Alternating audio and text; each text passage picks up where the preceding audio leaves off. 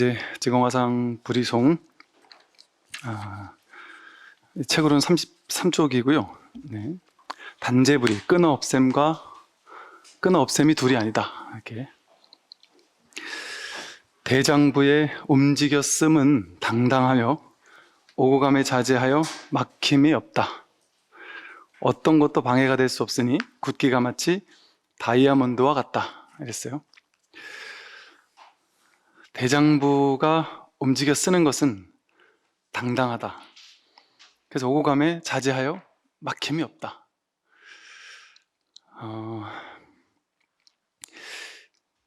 이런 얘기를 딱 들으면은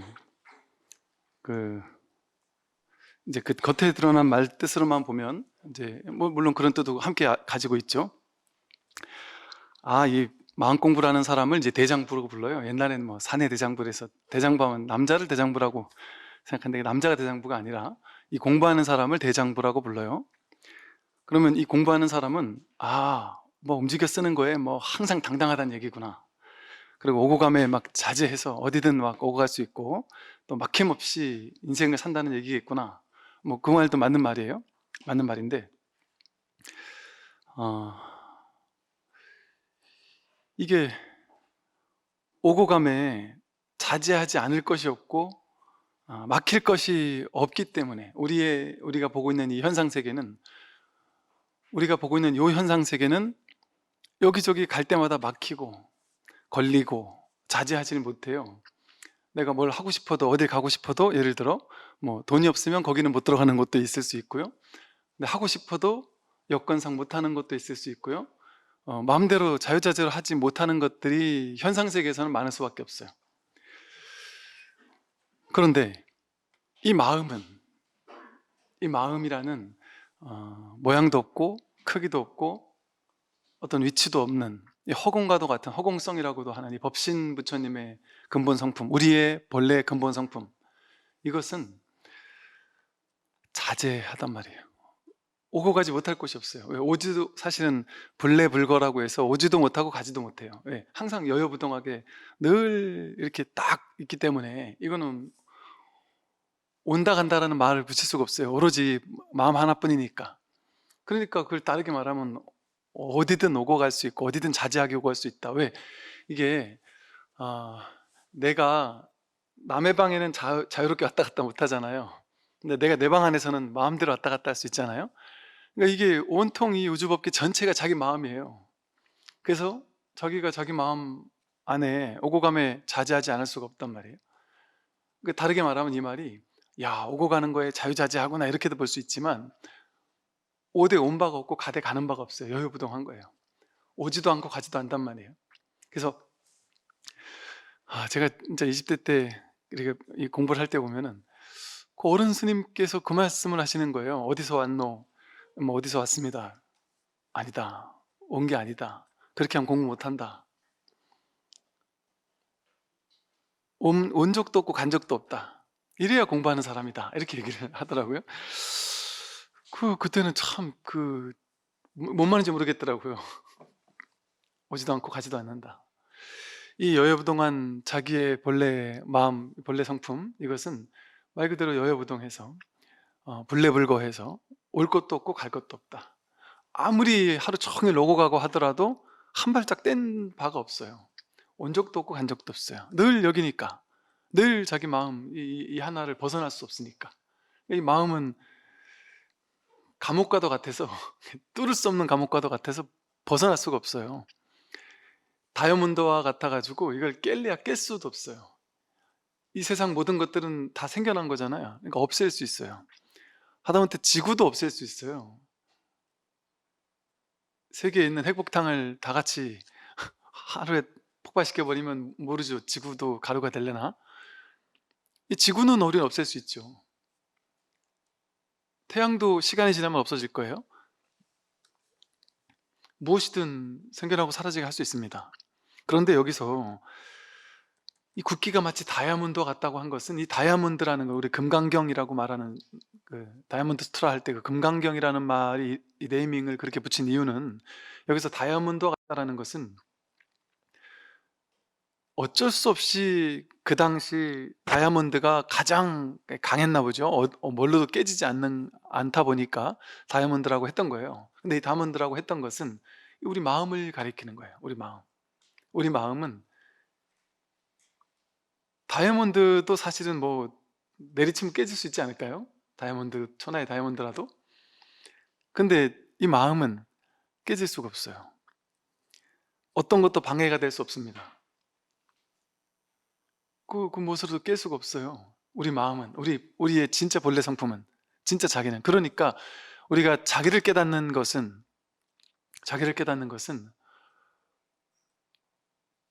말 그대로 자제해지는 거예요. 그 무엇으로도 나를 깨뜨릴 수도 없고 방해할 수도 없고 오거나 가지 못하게 할 수도 없고 막힘없이 자제하게 그야말로 움직였음이 당당한 거예요. 항상 당당하죠. 왜냐하면 걸리는 게 없으니까. 누가 나한테 시비 거는 게 없고, 왜 시비 걸 너와 내가 따로 없으니까. 내가 싸워 이겨야 될 내 외부에 한 것도 있지 않으니까. 온통 자기뿐이니까, 이 마음 하나뿐이니까 누가 어디서 자유롭지 못할 수가 있겠어요? 어디서 막힐 곳이 있겠습니까? 누구 눈치 볼 게 있겠어요? 무엇을 하든 당당하단 말이죠. 그러니까 이 마음을 깨닫고 나면 이런 심정이란 말이에요. 이런 심정. 근데 그런다고 해서 이게 겉으로도 이런다는 건 아니겠죠. 뭐 당당하게 오고 가며 자제해서 막힘 없다고 하니까 뭐 당당하게 나는 아무 집이나 들어가 잔다. 내 집, 네 집이 내 집이고 내 집이 네 집이고 해서 아무 데나 들어가고 뭐 이렇게 막 한다는 얘기는 아니겠죠. 그 사회적인 규칙, 규율 이런 것들은 뭐 다 지키죠. 그러나 마음이 이렇다는 거예요. 마음은 너와 내가 겉으로는 너에게는 너라고 대접하고 저 사람에게는 저 사람에게 또 맞는 반응을 하고 사람에 따라서 인연을 만나면 베푼단 말이죠. 그 사람에 맞게 이렇게 반응한단 말이에요. 대응한단 말이죠. 겉으로는 대응하지만 이 본질에서는, 이 근본에서는 너와 내가 둘이 아니다라는 딱 이 자리에 있기 때문에 연극을 하는 거야. 아주 능수능란하게. 오직 나 하나뿐인데 너인 것처럼 나인 것처럼 연기를 하는 거예요. 부처님이 사립을 못 건년이 먼저 죽었을 때 외롭다, 텅 빈 것 같구나, 그런 연극을 하는 거예요. 그러니까 외롭고 텅 빈 것 같구나. 그러나 참 또 신기하다. 어째 이렇게 텅 빈 것 같고 외로우면서도 외로움도 없고 텅 빈 것도 없을까? 아무 일도 없다. 이렇게 한단 말이죠. 그러니까 완전히 그 돌덩이처럼 감정도 없고 이런 사람이 되는 게 아니라 하되 함이 없이 하게 된다. 마음 다 내되 거기 걸리지 않고 마음을 내게 된다. 그것이 공하다라는 것을 깨달은 자리에서 모든 것을 다 이렇게 운영에 쓴단 말이죠. 그러니까 살아가는 데 있어서 일거수일투족이 막힘이 없어요. 근데 막힘 없다는 게, 막힘 없으니까 와 역시 대장부 그 큰 스님들이나 깨달은 도인은 저래야 되는 거지. 내가 깨닫고 나면 저렇게 되겠지. 그럼 내가 깨닫고 나면 어디 가도 막 당당하고 어디 가도 막 정말 막힘 없고 걸림 없고 할 말 다 하고 뭐 그 분위기 파악 못하는 사람이죠. 그렇게 되지 않는단 말이죠. 이게 그런 심정이지, 그런 마음에 이게 있는 거지. 겉으로 막 진짜 그런다는 게 아니에요. 그게 또 누군가에게 피해가 될 수도 있잖아요. 누군가를 상처 줄 수도 있고. 그래서 여기서 말하는 이 그 장부 운용 당당하다는 것은 움직였음이 당당하다. 이거는 내가 진짜 당당해서 당당한 게 아니에요. 예를 들어 옛날에 스님들이 이제 걸식을 했다. 그럼 걸식하러 갔는데 본인은 당당하단 말이에요. 밥을 얻어먹든 안 얻어먹든 당당하단 말이에요. 그러니까 당당하게 가서 밥 달라고 한단 말이죠. 근데 이제 우리 집은 불교 아니에요. 뭘 뿌리든지 다시 오지 말라고 물을 뿌리든지 하더라도 당당하게 맞서 싸우는 게 아니죠. 당당하게 욕하면 욕 먹고 밥 안 주면 안 먹고 남들이 보면 찌질한 거죠. 정말 오늘도 밥도 못 얻어먹고 욕만 얻어먹고 왔구나. 그러면 처량하게 와서 그냥 밥도 못 먹는 거예요, 그날은 그냥. 아니면 다른 도반들 좀 많이 얻은 도반 있으면 가서 얻어먹든지. 그게 당당한 거예요, 여러분. 내 마음대로 나는 돈이 없어도 뭐든지 다 할 수 있어.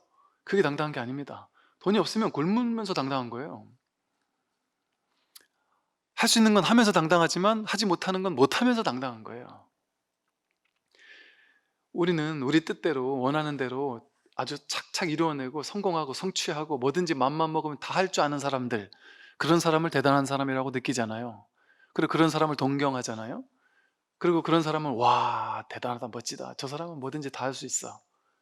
그리고 그걸 해내는 사람을 우리는 쫓는단 말이죠. 근데 그게 멋있는 게 아니에요. 왜? 그것은 한계가 있습니다. 반드시 끝날 때가 있습니다. 젊었을 때 아무리 지가 잘나고 당당하고 했어도 자기가 그렇게 평생 그럴 수 있나요? 그러다가 망할 수 있거든요. 잘 나가지만 망할 수도 있어요. 근데 잘 나갈 때도 당당하지만 망해도 당당한 거예요. 왜? 내 겉모습은 망할 수 있지만 이 근본 성품은 망할 수가 없으니까. 나의 진짜 모습은 망할 수가 없으니까. 이 모양을 쫓아가면 우리는 울고 웃으면서 한평생을 진짜 풍진객 노릇하면서 보내야 돼요. 이리 휘둘리고 저리 휘둘리고 이 말에 끄달리고 저 말에 끄달리고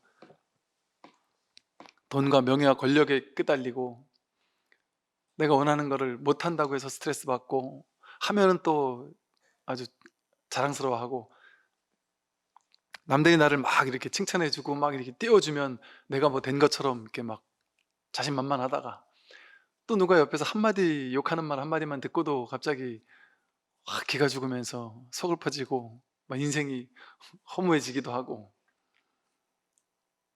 그렇게 왔다 갔다 한단 말이에요. 그게 왜 그러냐면 이 겉모습을 실제인 줄 알아서 그래요. 이 세상, 이 티끌 세상, 이 삼라만상, 이 모든 것들 나와 세계가 진짜라고 착각하기 때문에 나도 실제 있고 세계도 실제 있고 나와 상대되는 남들이 실제로 있다, 그렇게 생각하니까 내가 남들보다 더 잘나야 되고 내가 남들보다 못하면 안 되고 그들보다 더 당당해야 되고 그 뭐 소유라든지 이런 거의 유무에 따라서 울고 웃으면서 높고 낮아지면서 이게 당당하지 못한 거예요. 그러면 아무리 자기가 돈이 많고 뭐 젊고 건강하고 가질 거 다 가졌어도 당당하지 못한 거예요. 내가 가진 이것 때문에 당당하다면 그 조건 때문에 당당한 거잖아요. 당당할 수 있는 조건이 만들어지면 당당한데 그 조건이 무너지면 당당하지 못할 거 아니에요. 그게 어떻게 진짜 운영자재한 당당함인가요? 뭐 그건 그냥 이 껍데기, 이 현상세계, 이걸 쫓아갔을 때 그래요. 이 현상세계 쫓아갔을 때 그렇습니다. 그런데 이 마음자리는, 그러니까 실제가 그래요. 마음자리라는 것도 그냥 이거 막 뭐 쓸데없는 표현인데, 방편으로 하는 표현인데 뭐 그런 말 굳이 안 쓰더라도 음, 말에 끌려다닐 이유가 없잖아요, 사실이. 말에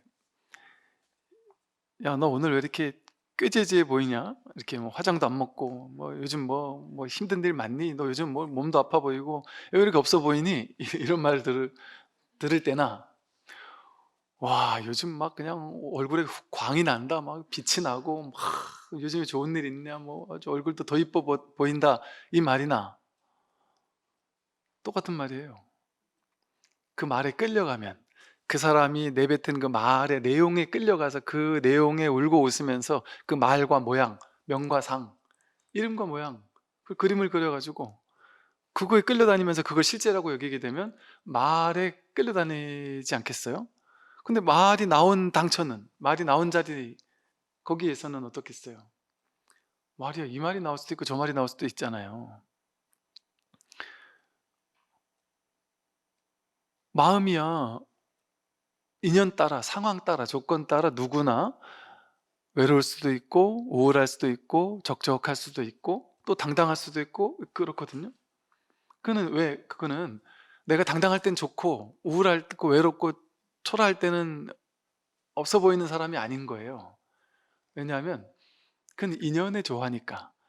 인연 따라 마음이 우울했다가 또 행복했다가 왔다 갔다 하잖아요. 인연 따라. 그 인연이 그렇게 형성되면 우리도 그 마음이 생기는 거예요. 여러분, 혼자 어디 멀리 여행을 떠나보세요. 그냥 저절로 왠지 모를 그 외로움 같은, 그게 자연적으로 생겨요. 평소에 여름을 안 타는 사람도 홀로 여행을 떠나면. 그러다 이게 중독이 됩니다. 혼자 떠나는 외로운 여행이 어떤 사람은 중독이 돼요. 제가 인도나 이런 데 가보니까 혼자서 그 외로운 그 느낌이 너무 좋대요. 그 감정은 인연 따라 그 인연이 만들어지면 그렇게 그 감정이 일어나는 거예요. 그냥 자연스럽게. 다른 조건이 형성되면 또 다른 감정이 생긴단 말이에요. 그러니까 그 감정은 인연 따라 왔다 가잖아요. 잠깐 왔다 가잖아요. 그죠? 그런데 감정은 내가 아니죠. 왜? 감정은 인연 따라 생겼다, 인연 따라 사라지는 거니까. 근데 나는 여태까지 여러분이 생겼다 사라졌다 막 그랬습니까? 여러분이 태어났다 죽었다 맨날 반복했나요? 나는 진짜 자기는 생겨나는 것도 아니고 사라지는 것도 아니잖아요. 감정이 뭐 우울한 감정이 생기든 행복한 감정이 생기든 그건 인연 따라 조건 따라 나에게 드러난 어떤 내용물이잖아요. 그러니까 우리가 쉽게 말해 우리가 나라고 하는 모든 것들은 이 옷과 같아요. 옷. 우리가 어떨 때 옷을 아주 멋있는 옷을 화려한 원피스를 멋있는 걸 탁 차려입고 또 화장과 같아서 예쁜 옷을 입고 예쁜 화장을 하면 왠지 모르게 막 자신감 만만하게 느껴지다가 또 이 화장도 안 하고 쌩얼에 옷도 그냥 꾀재지한 옷을 입고 나가면 괜히 이게 고개 들기 이럴 수도 있단 말이죠. 그런데 그런다고 해서 자기가 변합니까? 그 옷만 바뀌는 거잖아요. 그린 것만 달라지는 거지. 근데 본판이 달라지지 않잖아요. 그러니까 자기는 변하지 않아요. 그런데 갈아입는 옷만 달라지는 거예요. 이게 인연 따라 달라지는 모든 것들, 인연 따라 생겨나고 사라지는 모든 것들은 이 옷과도 같아요. 옷과도 같아서, 근데 우리는 이 옷을 자기라고 집착하는 거예요. 자기라고 착각하는 거예요. 인연 따라 우울한 감정이 들면 나는 우울해. 인연 따라 내가 성공하면 돈을 많이 벌면 나는 성공했어. 성공한 사람이야. 그걸 왔다 가는 그 옷을, 껍데기를 자기라고 집착하고 착각한단 말이죠. 그리고 이 세상 사람들 모두를 다 실존하는 어떤 존재인 것으로 착각한단 말이죠. 그러다 보니까 우리는 이게 다 자기 생각이거든요. 이게 나다 하는 것도 자기 생각이고, 내가 태어났고 늙고 병들고 죽는다는 것도 자기 생각이고, 내 바깥에 이 수많은 세상 사람들이 독자적인 자기라는 자아를 가진 이 사람들이 다 따로따로 살고 있다. 이것도 다 우리 생각이에요. 한 생각에서 일어난 거예요. 그런 줄 모르고 그걸 다 실제라고 여기는 거예요. 남들이 나한테 욕했다. 그는 그 사람이라는 자아가 나라는 자아에게 한 욕이 아니에요. 그 사람도 욕하고 싶어 욕한 게 아니라 인연 따라 욕한 거예요. 그냥 그 사람의 인연이 그렇게 만들어진 사람일 수 있어요. 그 사람이 태어나자마자 아주 안 좋은 환경에서 태어나고 살고 부모님한테 맨날 욕먹고 부정적인 어떤 분위기 속에서 살았다. 그럼 그 성격적 경향성이 그렇게 굳어지는 거예요. 그럼 사람을 봐도 좋은 걸 봐도 좋아해주지 못하고 축하해주지 못하는 사람으로 성장하겠죠? 그러니까 그럼 나쁜 놈인가요, 그 사람이? 안쓰러운 사람이죠. 저 사람도 좋은 부모 만났으면 그렇게 태어났을까요? 그런 성격이 안 만들어지죠. 좋은 부모 만났으면. 좋은 부모를 못 만났어도 그 사람이 인복이 있어서 정말 좋은 사람들이 그 사람 주변에 있던 많은 어른들 중에 누구 하나라도 그 사람에게 진짜 훌륭한 어떤 지혜로운 어른의 모습으로 다가갔었다면 그 사람이 그렇게 바뀌지 않았을 수도 있겠죠? 내가 그 사람처럼 그 사람 환경에서 태어났으면 나도 그랬을 거란 말이에요. 그러니까 이 세상에는 나쁜 놈, 좋은 놈이 사실은 없어요. 인연 따라 나쁜 놈의 인연들이 모여진 어떤 그 경험들, 인연이 모였던 수많은 경험들이 쌓여가지고 그 사람의 개성, 성격, 경향성 이런 걸 형성하거든요. 그런데 그 개성이 진짜냔 말이에요. 그 성격이 진짜냔 말이에요. 인연 따라 임시로 만들어진 거예요. 근데 우린 이 성격이 어릴 때부터 지금까지 쭉 이어오는 것처럼 느끼다 보니까 이게 난데? 이런 성격이 난데? 난 원래 이렇게 정의로운 사람인데? 난 원래 이렇게 착한 사람인데? 이걸 자기랑 동일시하는 거예요. 그런 마음에서는 나쁜 놈들을, 상대방을 나쁜 사람으로 만들어야 내가 더 돋보이게 되거든요. 근데 이 진짜를 깨닫게 되면 모든 것은 인연 따라 생겨난 것이었구나. 나라는 게 고정된 자아가 존재하는 게 아니라 인연 따라 생겨나고 사라지는 그 수많은 경험들이 축적되다 보니까 그 업이 습으로 굳어지고 습관으로 굳어진단 말이죠. 그러다 보니까 그 사람의 업식을 그 사람인 걸로 우린 동일시하고 있었구나.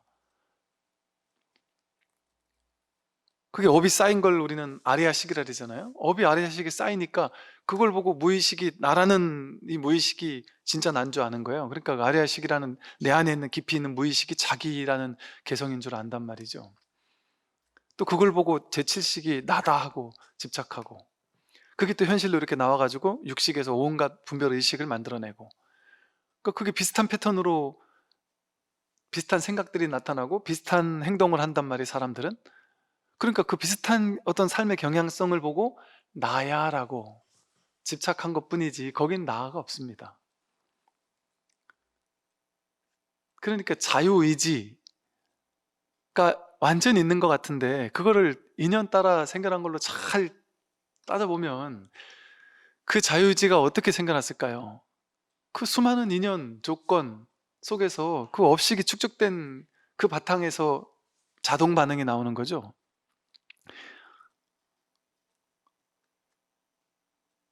그러다가 나는 평소 같으면 이런 반응을 보냈을 텐데 난 오늘은 전혀 새로운 반응을 했는데요? 이건 내 자유의지인데요? 이렇게 생각하겠지만 뭔가 인연이 있었겠죠. 내가 이렇게 살면 안 되겠다. 뭔가 TV를 보고 영화를 보고 아니면 어떤 사람의 삶을 보고 감동을 했든지, 나도 다르게 살아보자 하고 뭔가 그런 계기가 있었겠죠. 그런 또 다른 조건이 있었겠죠. 그 또 다른 조건 때문에 내가 오늘은 새로운 결정을 했겠죠. 이 말은 자유의지가 없다라는 얘기를 하고자 하는 것이 아닙니다. 자유의지가 있다라고 고정되게 딱 집착하고 있는 사람에게 그것을 깨주기 위한 방편으로 이렇게 말을 하는 거예요. 그럼 자유의지가 있습니까? 없습니까? 완전히 없다라고 하기에는 또 그렇게 말할 수만도 없는 측면이 있어요. 마치 어제가 있냐 없냐와 질문과 똑같아요. 윤회가 있느냐 없냐, 이것도 똑같아요. 어제가 있냐 없냐. 여러분, 여기 법당에 여기 엘리베이터 타고 올라온 그 일이 있습니까? 20분 전, 30분 전 그 일이 있습니까? 거저보세요. 있으면. 그게 다시 가져올 수 있을까, 우리 인생에? 두 번 다시? 뭐가 달라져도 다음 주에 오면 똑같은데요? 다음 주에 오면 시간이 달라졌고 공기도 달라졌고 뭔가 달라져도 달라졌단 말이에요. 내 마음 상태도 달라졌고. 어제가 생각 속에서만 있잖아요. 실제 하지 않잖아요. 개념 속에서만 있잖아요. 여기서 떠올렸을 때 있잖아요. 그럼 그게 지금 여기서 떠올린 거지 어떻게 어제예요? 지금 눈앞에 일이지. 눈앞에서 그걸 떠올리지 않으면 그런 일이 없단 말이죠.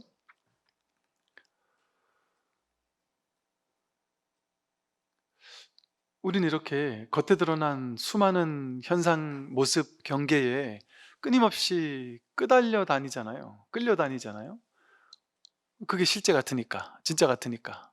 그러니까 이렇게 끄달려 다니는 동안은, 이걸 다 실제라고 여기면서 끌려다니는 동안은 답이 없어요. 죽을 때까지 답이 없습니다. 답이 없잖아요. 여기서 어떤 답을 찾을 거예요? 더 좋은 모양을 추구하겠죠. 더 부자를 추구하겠죠. 더 잘난 걸 추구하겠죠. 더 젊고 건강한 걸 자꾸 추구하고 싶겠죠. 그런데 내 추구와는 다르게 시간은 자꾸 흐르고 나는 자꾸 늙고 자꾸 아프고 나이는 자꾸 들어가면서 아상은 자꾸 축소되겠죠.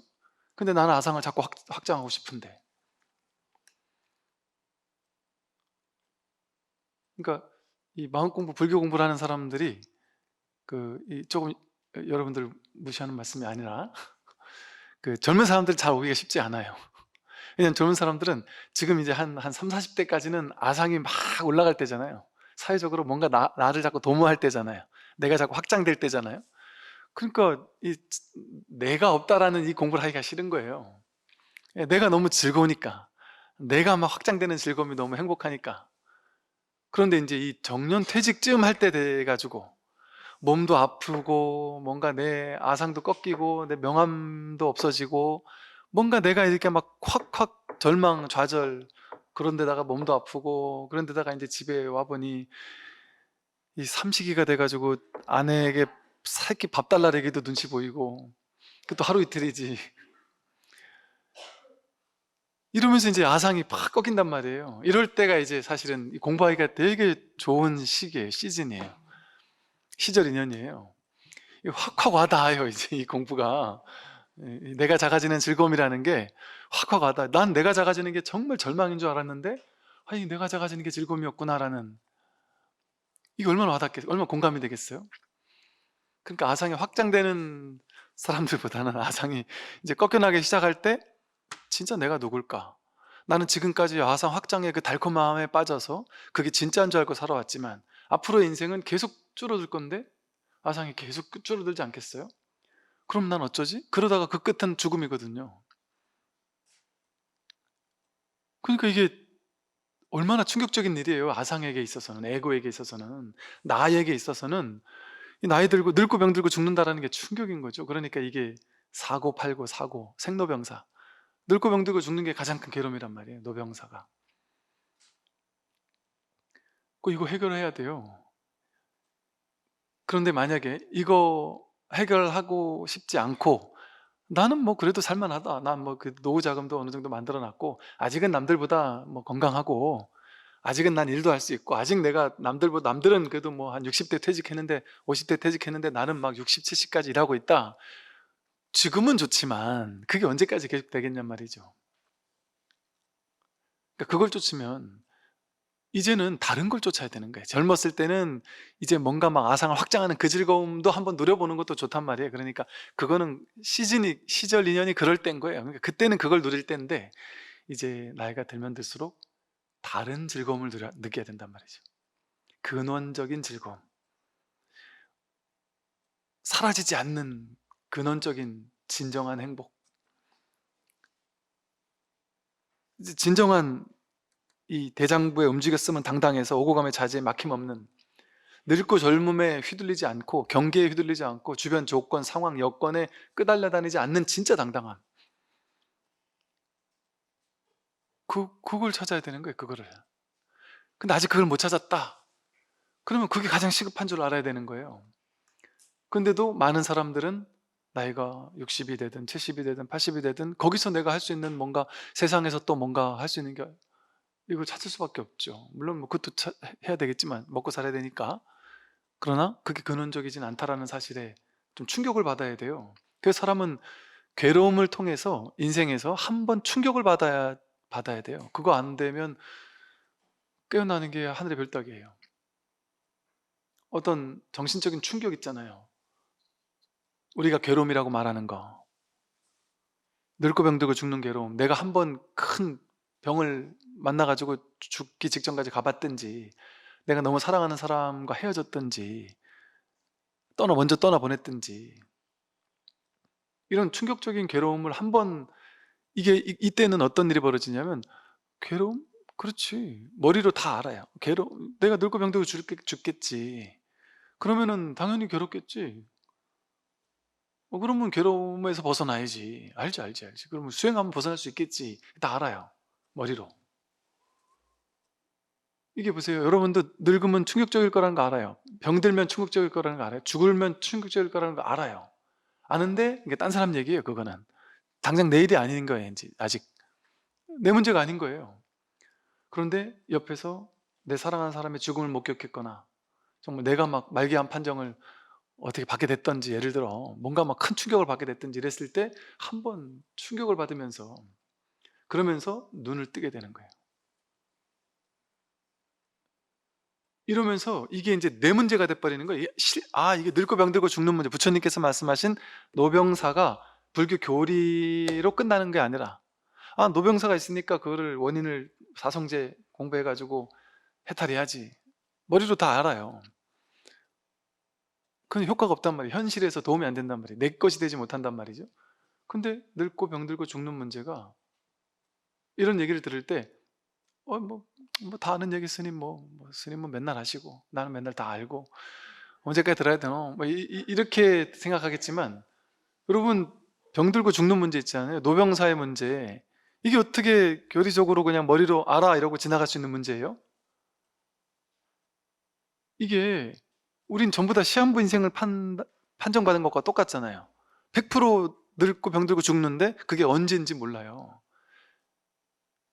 우리 생각에는 연세 드신 분들보단 젊은 사람이 더 오래 살 것 같다고 느끼고 더 젊고 건강하다고 느끼면서 생각하겠지만, 갈 때는 알 수 없는 거잖아요. 젊은 사람이 먼저 갈지 건강한 사람이 먼저 갈지 결코 알 수 없어요. 그러니까 이게 충격이 아니면은 도대체 뭐가 충격이죠? 이게 어떻게 자기 문제가 아니죠? 이걸 어떻게 교리적으로만 머리로만 이해할 수가 있죠? 노병사의 문제를 어떻게, 이거는 자기 문제로 심각하게 여기지 않는다라는 것은 좀 진지하지 못한 자세죠. 삶에 대해서 그냥 머리로만 공부할 수 있는 게 아닌 거예요. 이거는 진짜 충격이죠. 그리고 이건 진짜 해야 되겠는데, 이거 물론 지금 미뤄둘 수는 있겠죠. 난 지금 달콤한 게 있으니까, 난 지금은 이렇게 즐거운 거 하다가 나중에 늙어서 나중에 기력 빠져가지고 할 일 없으면 그때 가서 난 마음 공부할게요. 스님 걱정하지 마세요. 내 공부 내가 알아서 할 테니까 해도 되는데 그때 가면 법문을 들으려도 안 들린다니까요. 진짜로. 저도 진짜 책을 볼래도 눈이 안 보이더라니까요. 눈이 아프더라니까요. 이게 지금의 일이에요. 여러분, 그거 있잖아요. 저도 다 계획이 있습니다, 스님. 제가 지금 다 10년 동안만 뭐 하고 나서 10년쯤 뒤에는 제가 애들 학교도 다 보냈고 졸업시키고 어느 정도 삶이 집이 안정이 되고 돈 빌린 것도 다 갚았고 이제 한 10년 후쯤이면 제가 이제 삶이 딱 정리가 됩니다. 그럼 10년 후부터 저는 이제 죽을 때까지 이 공부에 매진할 겁니다. 안 하겠다는 소리예요. 정말 안 하겠다는 소리예요, 이거는. 근데 그 마음도 제가 고마울 건 없지만 그 마음도 훌륭하긴 한데, 그 마음도 그 마음 없는 사람보단 낫잖아요. 훨씬 낫잖아요. 근데 그건 안 하겠다는 소리죠. 왜 그럴까요? 10년 후가 어디 있어요? 눈앞에 지금인데, 오로지 지금뿐인데. 지금 하는 여러분, 공부는요 지금만 할 수 있어요. 미래에 못해요. 미래가 없기 때문에. 그 미래에 공부하고 싶은 마음은 알겠으나 그런 미래가 없어요. 지금 하는 거예요. 지금 하는 거. 그리고 여러분들이 매주 이렇게 설법을 들으시잖아요. 매주 들으실 때, 그렇다고 이걸 막 집착하라는 말은 아니지만, 매주 들으실 때 심정은 오늘 내가 이거 듣다가는 해결 보겠다. 이게 그래서 어려운 말이에요. 그런 마음을 막 의도적으로 가지면 안 돼요. 그런데 또 그런 마음이 없으면 안 돼요. 하대함이 없이 해야 돼요. 그 정도로 간절해야 된단 말이죠. 근데 막 그런 걸 계산해가지고 막 추구해가지고 내가 막 힘을 줘서 들으면서 오늘 내가 듣다가 한 소식 일어나지 않을까, 이걸 막 기대하고 추구하고 이러면 안 돼. 그런 뒷생각이 있으면 안 돼. 그냥 들을 때는 순수하게 듣되, 정말 내가 한번 정말 내 가슴으로 들어야 돼. 이거 머리로 듣는 게 아니라 가슴으로. 제가 늙고 병들고 죽는 얘기를 하면 이게 가슴에서 확 와닿아야 돼요. 정말 그렇구나. 내가 아무리 이렇게 젊어서 지금은 이렇게 잘 한다고 하겠지만 이게 언제 무너질지 모르겠구나. 이게 그냥 확 가슴에 와닿아야 돼요. 그래서 정말 그렇네, 정말 그렇네. 이게 그러니까 머리로 알겠다 이게 아니고 이렇게 가볍게 오늘 알겠는데 하고 알겠다 이러고 끝날 것이 아니라, 이게 머리에서 아는 게 아니라 가슴에서 이렇게 와닿는다, 내지는 감정화 된다. 와, 이게 이렇게 안 게 아니고 정말이네요. 가슴에서 막 동의가 되는 거예요. 그냥 이걸 그래서 공명한다, 감동한다, 내지는 하나가 되는 느낌이에요. 하나로 그냥 가슴이 그냥 머리로 이해할 게 없는 거예요. 가슴이 그냥 정말이네 하고 그냥, 그러니까 감탄사가 나오는 거예요. 쉽게 말해. 공부는 그 머리로 알겠다 알겠다 해서 알아서 시원해지는 게 아니고 그냥 감탄사가 나오면서 그냥 온몸이 시원해지는 이런 느낌으로 이 공부가 되는 거거든요. 그래서 자꾸 머리로 올라가면 안 된단 말이죠. 머리로 올라가면. 그리고 이제 이런 말도 참 이게 좀 여러분들이 잘 알아들어야 돼 가지고 좀 조심스럽긴 하지만 훌륭한 이 공부를 제대로 가르치는 분들이 요즘에 좀 많아지고 있기도 하지만 또 그런 와중에 이게 이제 비슷한데 아닌 그 사입이라 그러잖아요. 비슷한데 아닌 희한한 사람들이 또 있어요. 근데 딱 봐도 이건 아니거든요. 그런데 이게 안목이 없으면 그게 안 보여요. 큰일 났다 싶은데 그게 안목이 없으면 안 보여요. 그래서 이 공부를 한다라는 것은 이게 진짜 그냥 이렇게 되는 거예요. 이렇게 진짜 대장부에 움직였으면 당당하여 삶에서 무엇을 움직여 쓰든 내가 어디 가서 국어를 하든 뭐 윗사람들 사이에서 밑에서 막 욕먹으면서 밑에 이렇게 아르바이트를 하든 당당한 거예요. 청소부, 성자가 된 청소부를 일을 해도 당당한 거예요. 어디 가서도 내가 내가 이 우주의 주인이란 말이에요. 내가 그런 특정한 상황 조건 때문에 저 사람 밑에서 내가 지금 이러지만 나중에는 내가 너를 밟고 일어서리라, 그런 마음이 없단 말이죠. 이게 다 연극하는 거거든요. 연극하는 거. 삶 전체가 통으로 내가 질투할 사람이 없어요. 그게 전부 다 나와 다르지 않기 때문에. 그러니까 오로지 찬탄함이 있죠. 존중이 있죠. 사랑이 있죠. 자비가 있죠. 감동이 있고 감사가 있고 모두가 아름다운 거예요. 날마다 좋은 날이고 해피엔딩이고 삶이 눈부시게 아름다운 거죠. 뭐가 내가 이제 기죽을 일이 없는 거예요. 이제 살면서 우울할 일이 없단 말이에요. 서글플 일이 없단 말이에요. 두려움이 없단 말이에요. 얼마나 자유롭겠습니까? 제가 이렇게 얘기하니까 조수님은 막 완전 진짜 저런갑다 해서 이렇게 너무 부러워하실지 모르겠지만 저도 막 그런 사람 아니에요. 저도 이제 공부하는 사람이고 그러나 뭐랄까 이런 글을 읽을 때 아까 오면서도 이거를 한번 이렇게 다 읽어보는데 와 정말 진짜 이 불이송 이게 진짜 너무 아름다워요. 이 글이 정말 이런 걸 한번 쫙 읽고 나면 그냥 진짜 이 마음이 내 마음이구나 싶은 이런 정도 이렇게 감동 내지는 그냥 하나됨의 이런 게 있거든요.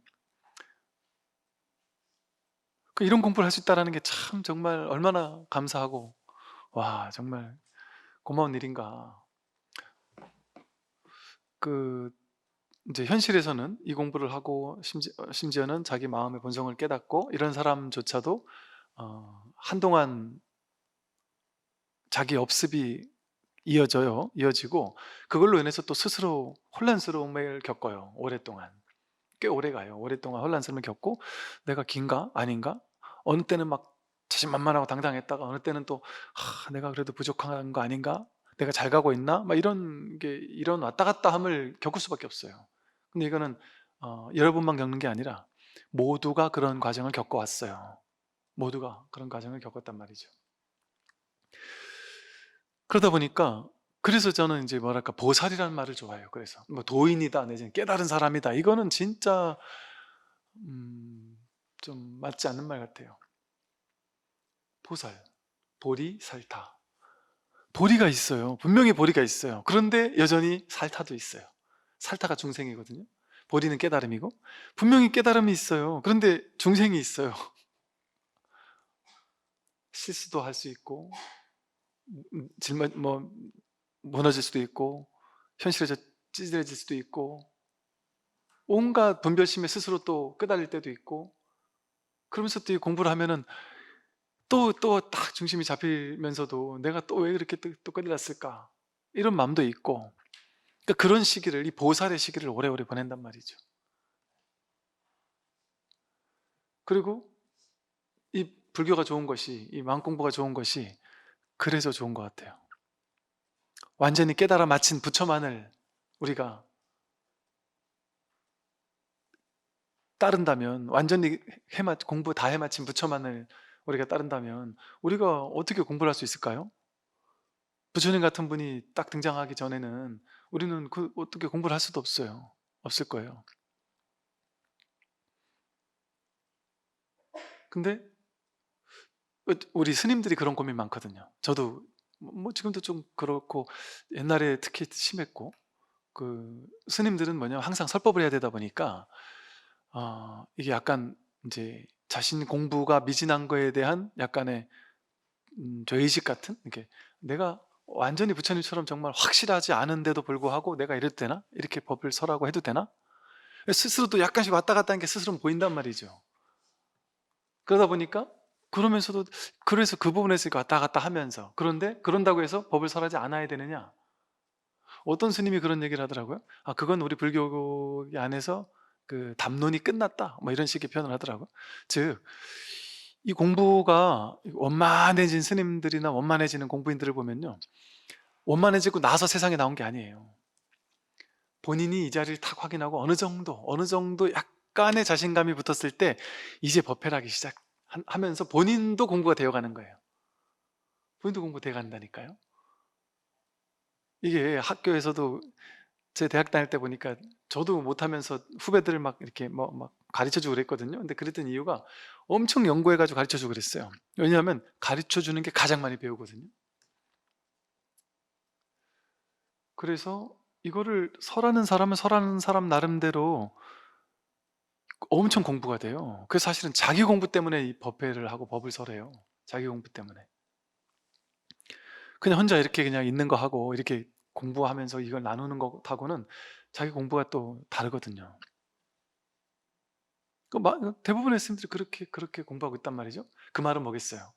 그러니까 여러분들이 이렇게 훌륭한 불이법에 완전히 정말 이렇게 온전한 법을 갖춘 그런 경전을 가르치는 분이 그러지 못한 모습을 볼 수 있단 말이죠. 저도 마찬가지고 누구도 마찬가지예요. 여러분이 내 생각에서 이상적인 깨달은 자라는 그림을 그려놓고 거기에 맞는 사람을 찾아 나서 보세요. 죽을 때까지 언제쯤 찾을 수 있을래나. 난 그 사람을 찾기 전까지는 나는 공부하지 않을 거야. 저 사람은 다 좋은데, 저 사람은 맵고 짠 거를 먹어. 저 사람은 오신채를 먹어. 저 사람은 고기 있는 음식을 먹어.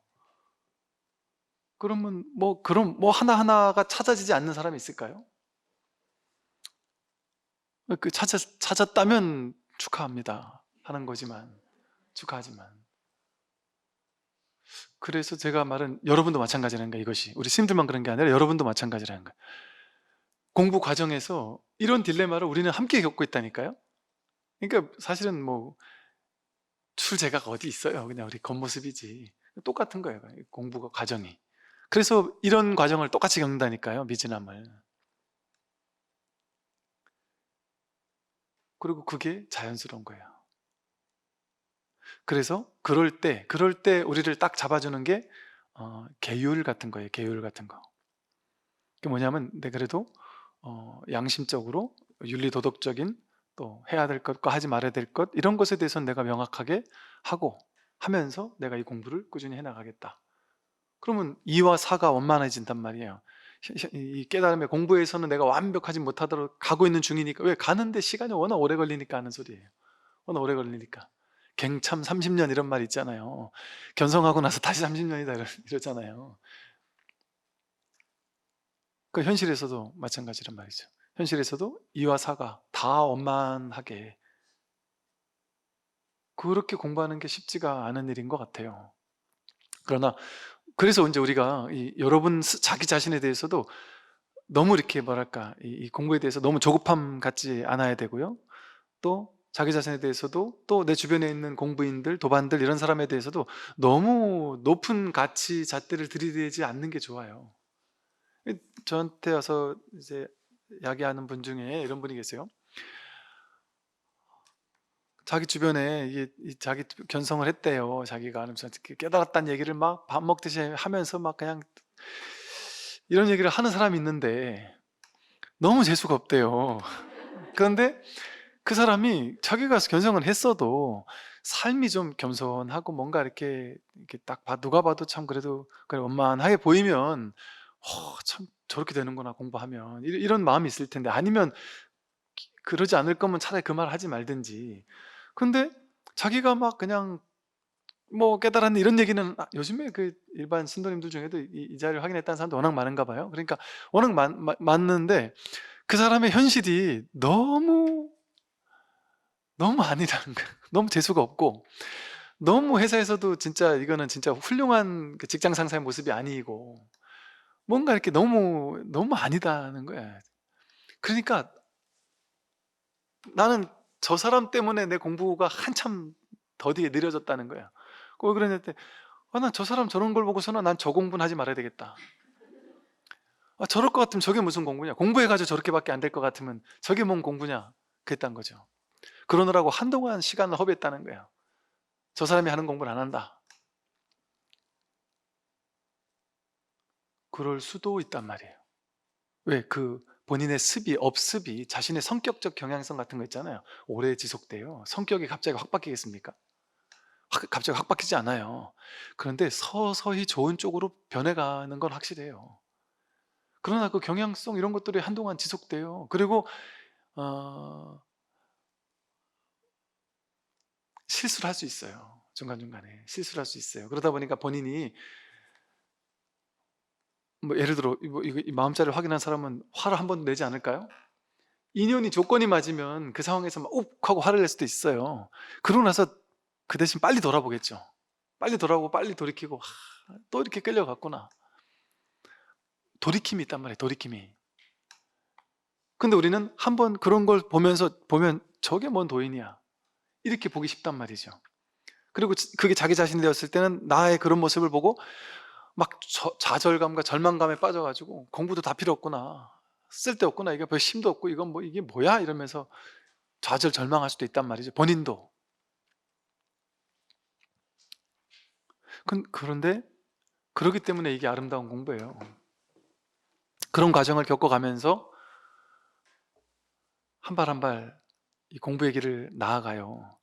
그런데 이제 이렇게 현실에서는 또 이렇게 말씀드릴 수 있는 측면이 있는가 하면, 또 다르게 말을 한다면, 그럼에도 불구하고 현상 세계에서는 이렇게 휘청거리는 것처럼 보일 수 있는 측면이 있음에도 불구하고, 또 내면에서는 이 자기가 확인했더니 확보된 자리가, 이 마음이 확고부동한 거예요. 이거는 흔들림이 없는 거예요. 물론 이것도 뭐 처음에는 희미해지는 것 같은 느낌이 들기도 하고, 뭐 막 왔다 갔다 하는 것 같은 느낌이 들기도 해요. 그러나 이 공부가 안목이 달라져요. 확실히 안목이 달라지고, 전과 후는 안목이 달라지고, 안목이 달라진 이후의 공부는 이제 수월한 맛이 있단 말이죠.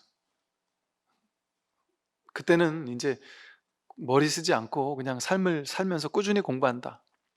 놓치지 않고 그냥 꾸준히 내가 그냥 막 추구심 할 것도 없고, 그냥 내가 끈질기게 버티기만 하겠다. 이 공부해서 버틴다는 게 뭐 그런다고 여기만 있겠다는 게 아니에요. 내가 직장 생활할 땐 직장 생활하고, 일할 땐 일하고, 그러나 늘 여기에 딱 뿌리 내리고 있는, 자기 근원에 뿌리 내리고 있는. 그러면 이제 여기서 이 운용자재, 이 활용이 돼요. 활용이 이제 이 법에 입각해서, 처음에는 이 법이 이게 뭔데, 이거 어디다 써먹는데, 이거 아무 힘이 없는 것 같아요. 아무 힘이 없는 것 같단 말이에요. 근데 이게 시간이 지나면 지날수록 여기서 이제 활용이 된다라는 걸 느껴요. 이제 이 자리에서 현실에서도 이렇게 이게 구현이 되는 거구나, 활용이 되는 거구나, 이게 써먹어지는 거구나, 이게 힘이 있는 거구나, 현실에도 힘이 있는 거구나, 이게 동떨어진 게 아니구나, 삶과 나와 동떨어진 그런 공부가 아니구나, 이게 체화가 된단 말이죠. 점점 더. 그래서 이렇게 좀 익숙해지는, 그래서 이 법에 자꾸만 익숙해지는 그런 시간들을 보내니까 더 재미가 있죠. 그래서 여기서 말하는 게 이렇게, 이게 다 이 마음의 작용을 얘기를 하는 거예요. 양변에 집착하지 않고 중도를 가며 막힘없이 자제하여 단상에 치우침이 없다. 양변에 집착하지 않아요. 그냥 양변에 집착하지 않고 중도를 간다. 집착이 아예 없는 건 아니지만 할 건 한단 말이에요. 할 건 하지만 그거 뭐 죽도록 매달려 있지 않는단 말이에요. 시도할 건 시도하고 도전할 건 도전하고 회사에서 열심히 할 건 열심히 하고 다 한단 말이에요. 그나마 그렇게까지 스트레스 받지는 않겠죠. 되면 되고 안 되면 안 되고 이게 내가 하는 게 아니라는 걸 아니까 그냥 저절로 내맡겨지는 거예요. 이게 사실은 내가 부처님께 모든 걸 내맡겨야지 이렇게 옛날에 방편으로 많이 설명을 하잖아요. 그러니까 맡겨야지, 그리고 허용해야지, 받아들여야지 막 이런 걸 하지만 그거는 그냥 말하자 보니까 그렇게 말을 하는 거지. 그건 벌써 틀린 거죠. 내가 내맡기겠다, 내가 받아들이겠다, 그거 자체가 벌써 말이 있잖아요. 받아들인 내가 있고 받아들이는 것이 있고 또 내가 삶을 받아들이겠다 이런 말이 있단 말이에요. 틈이 있단 말이에요. 속삭임이 있단 말이죠. 그러니까 이렇게 되는 게 아니에요. 그냥 말하자 보니까 그렇게 말을 한 거지 저절로 내맡겨지는 측면이 있단 말이에요. 그냥 삶이 그냥 저절로 내맡겨져요. 내가 하는 게 사라진단 말이에요. 내가 하는 게 삶이 하도록 냅둔단 말이에요. 연기작용이 그냥 저절로 벌어지도록 냅둔단 말이에요.